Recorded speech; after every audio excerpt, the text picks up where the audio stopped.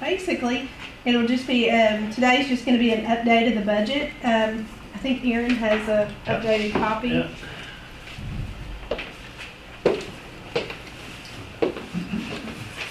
Yeah, thanks, sir. I always bring such nice blue copies. Yeah, Yeah, I love it. I do too. Yeah. I got extra copies, I think, here this time for everybody there. Thank you, sir. Yeah, it got kind of unwieldy. And the colors. Need it, if you don't print out all that by 17, you don't really ever see anything there, so. I like it in blue and pink though the next Yeah. time. He didn't hear me. Pink, is that what you said? Blue and pink, Blue yeah, and pink. the colors should be blue and pink. So, Orange and red. you guys have seen this before for the most part, and there hasn't been a whole lot of changing, with the exception of a couple of line items. Let me do my reading glasses. As big and pretty as it is, and still need my reading glasses. So, let's see. The change, the construction contingency came down a little bit. Previously, it was at 350,000. But that may have been changed since the last time we met, or at least since I sent think one. You've so. seen it. That came down by an amount that showed up in the courtroom asbestos abatement, I believe. So No, you'll, that's not right. if you'll notice over here in the kind of the brown part, we're still looking good on our allowances. Mhm. We've still saved, from the anticipated cost, we're still ahead by $63,133. So we still are looking good on those. Mhm.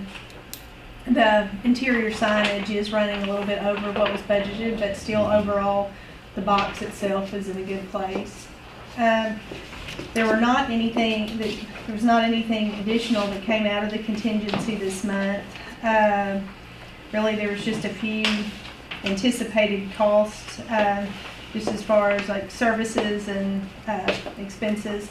But gosh, I mean, it was minimal, really. Mhm. Yeah. We did get a pay app that Erin was going to go over. We just received that, I think, yesterday. And so that one, this month is, what's 783,000? Did I look at that correctly? Yeah. Something like that. So, when I talked with Kelly yesterday, we still have right at $1 million appropriated. So we'll make that payment. So that'll take quite a bit of it. In this upcoming month, there are a couple of change orders that will probably, I can't imagine that the judge won't sign. Uh-huh. We're resetting the louvers at the top, Uh-huh. the little grates, and that's $4,604. And then there's another one to add additional Some power, for mag for $1,318. Then probably the biggest one, but I don't know that we've come up with a final number on it, is for unsound plaster work. And I will give Porter and Erin both a lot of credit on this one. They've really worked with the contractor to make sure that this, because it is a big number, and that these feet, we've tried to keep it as low as possible. I don't know that we still are in an agreement just yet, but it is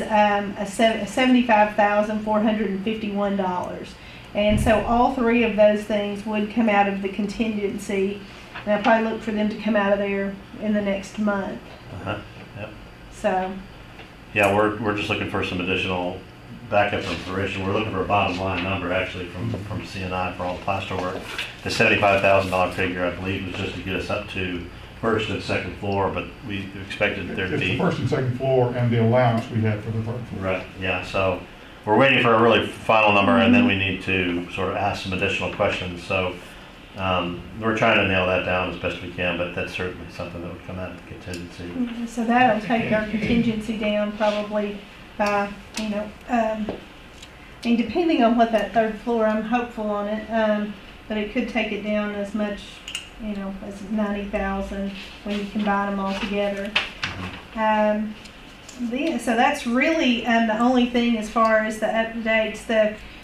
They're working with the electrician and Norris on all the cabling, and Yeah, HVAC is supposed to go in the old side by December. I mean, it's moving along. It's moving. they started framing, so you might have noticed they started framing, putting up metal studs in the addition. The hip roof went on to the roof of the new courtroom, so the steel frame is pretty well complete. Yeah, they're saying they should have HVAC units set on the roof by the end of December, at which point they'll turn on heat and air inside the building, which will be needed for new materials that are getting pushed out inside the building. So a lot should be happening over these next coming months.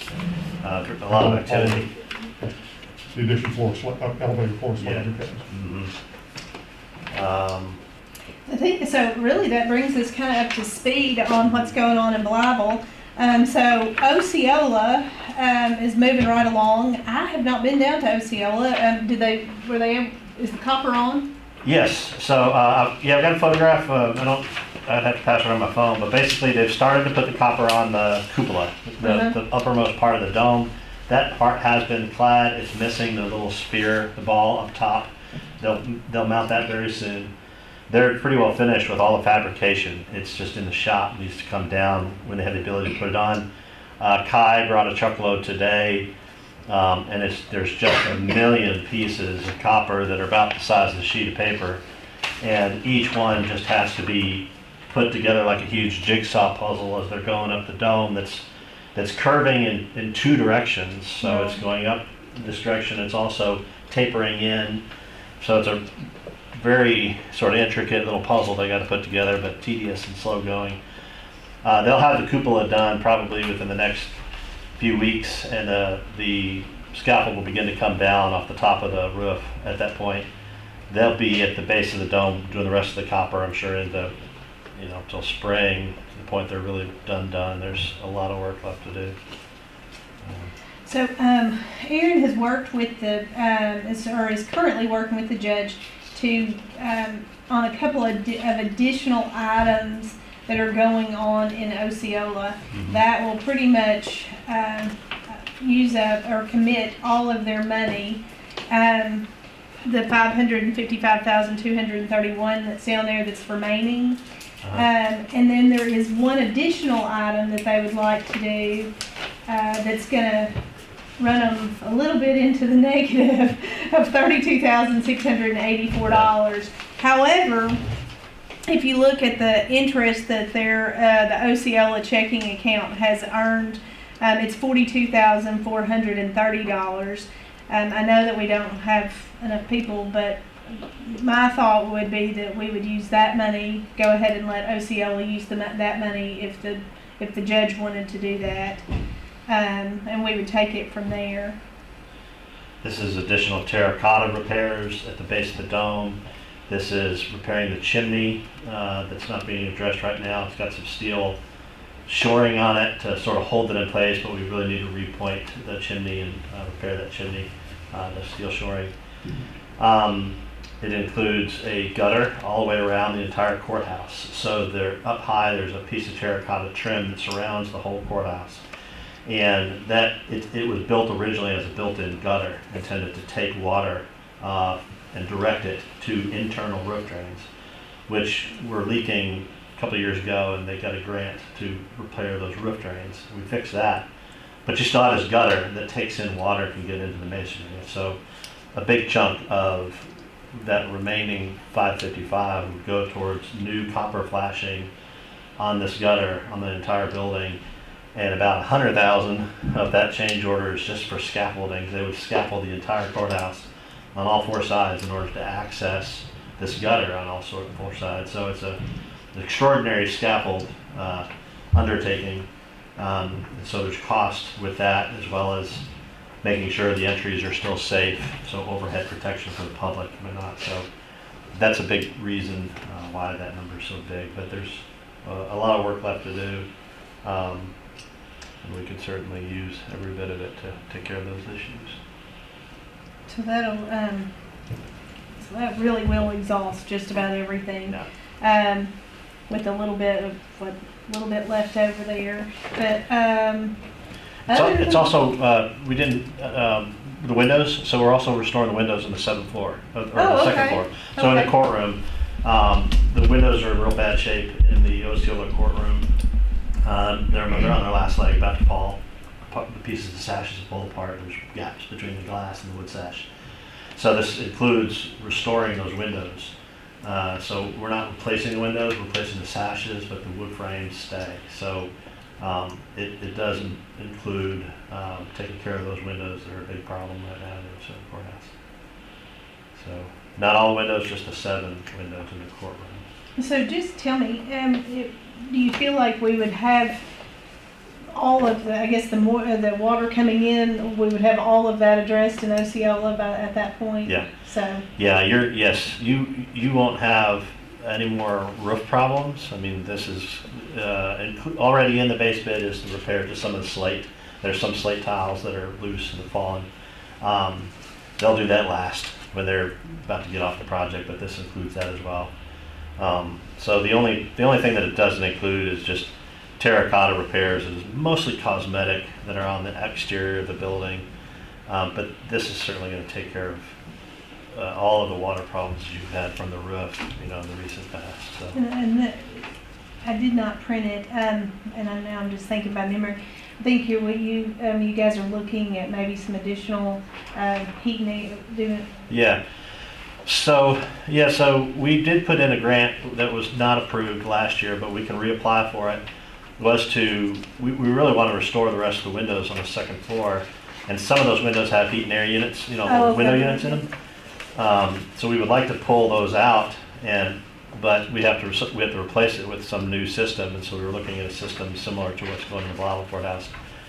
And so if they're fan coil units, it's piped, there's no duct work. It allows you to eliminate the nasty duct work that's in the courtroom right now. It would allow you to get rid of those window units that look nasty, shut the windows, restore the windows, is kind of what we're aiming for. So from the exterior of the courthouse, this looks a ton better. You could get rid of those nasty pipes that are on the east side of the courthouse and on the exterior. They just look terrible. So I guess kind of in the big scheme of things, like if we were going to go to the next step in the Osceola project, that would be probably the next step to apply for an additional grant. Yeah. Yeah. That's right. Okay. All right. So it's just me and Betty. So I guess we will, if it's okay with you, we'll just move it to finance without recommendation, since there's not enough of us here. I would like to. So if this one since we did not meet, or we didn't have a quorum for the last appropriation, which was going to be $250,000, then we've got this additional $780,000 pay app that they'll pay this week. I would like for us to make, I would like for us to recommend to appropriate another $1 million into the account for the next month to make sure that we have enough. Okay. So, I'll make a motion to do that. all right. $1 million Yep. transfer to. And unless, does anybody have any questions? I haven't run into Norris a month or so ago, and I'm assuming that's all been worked out, but he was mentioning that they were having a problem about some room as far as the file servers and so forth. Did that all get worked out? Yes and no. So we've been in touch with Norris as well, and the Norris has kind of been our contact for the county as far as expectations on how your servers work and what kind of data cable do you need, and so he kind of helped the design engineers put in what needed to be put in. What we've got right now, though, designed are a lot of phone lines. It would seem we don't need this many phone lines as we have right now. And on top of that, Norris has suggested that we consider a voice over internet system for the county, which is not currently in the design. So that's something that we need to work through with Norris. We talked about that this morning, set up another conference call with Norris and probably 10 other subcontractors And the engineer. and the engineers to just sort of work through the multiple issues. We've got both data closets and a server closet that are on each floor, and so they stack. So it's real easy for whoever to put in technology. The only question that we're being asked is whose stuff goes where. Does the security guy want to take this closet, and the AV guy needs to take this closet? Communications and phone need to go here. So there's just a little bit of coordination that needs to be done. And then we don't have a fan coil unit in any of these closets. Some of these closets will probably contain equipment that produce heat, and some won't. But the ones that are producing heat, we want to be sure aren't overheating, so we'll probably need to add like a fan coil unit in those rooms. We can tie on real easy to the existing system that's in there, but that will be a change in scope. That's not a huge deal at all, but we just need to know what kind of heat is being generated, and so we put that question back on the subcontractors. You got to tell us, guys, whose stuff is going where, or what kind of heat is being generated, so that we know.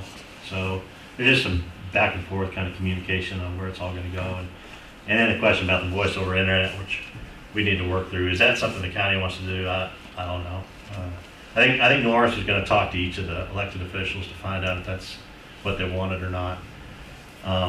It does make sense. What they say, the third floor alone had 50-something phone lines or something. I mean, I sort of doubt it really is 50 phone. I think what he means is probably 50 jacks. You know, I don't know. Yeah, maybe. but that doesn't mean 50 different phone lines. I doubt. So anyway, when they do these drawings, they just want to make sure, hey, everybody's got plenty of locations where we're going to tie in, but we do need to nail down whether it's going to be that's a phone line, or if it's going to be voice over internet, what kind of technology is going to be used. Well, the phone cable, the data cable that is being installed is certainly compatible with the voice over internet. Yeah, So and that was the option will be there.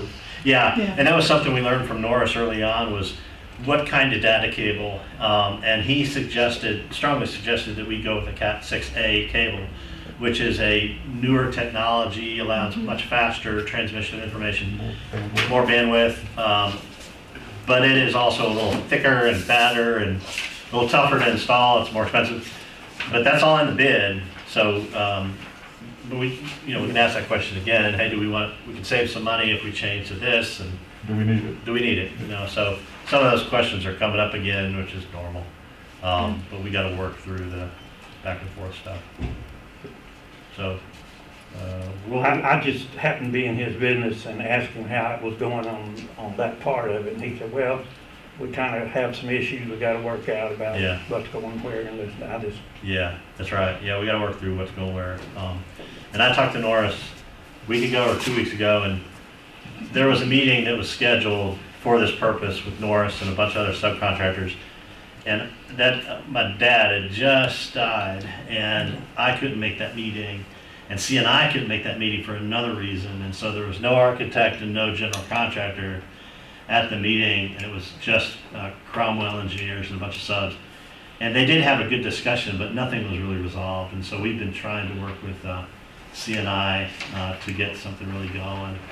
So we're going to take lead in that and set up the Zoom call and get everybody on the same It is page. scheduled now. Yeah, it's scheduled now, yeah. thanks, Tyler. Any other questions? Well, all right. That exhausts all the business, so I will adjourn the meeting. Thank you.